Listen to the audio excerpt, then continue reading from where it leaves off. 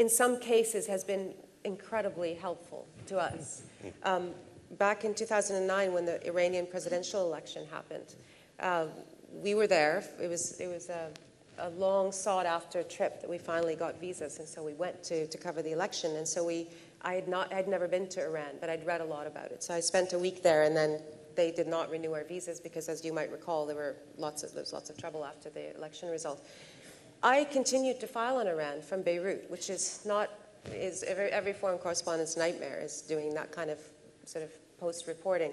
But what helped us, and what was essential to our coverage, was what was going on Twitter and on Facebook and that kind of thing. Most of our video, as I'm sure you'll recall, was from the internet. Now again, how do you verify? How do you know?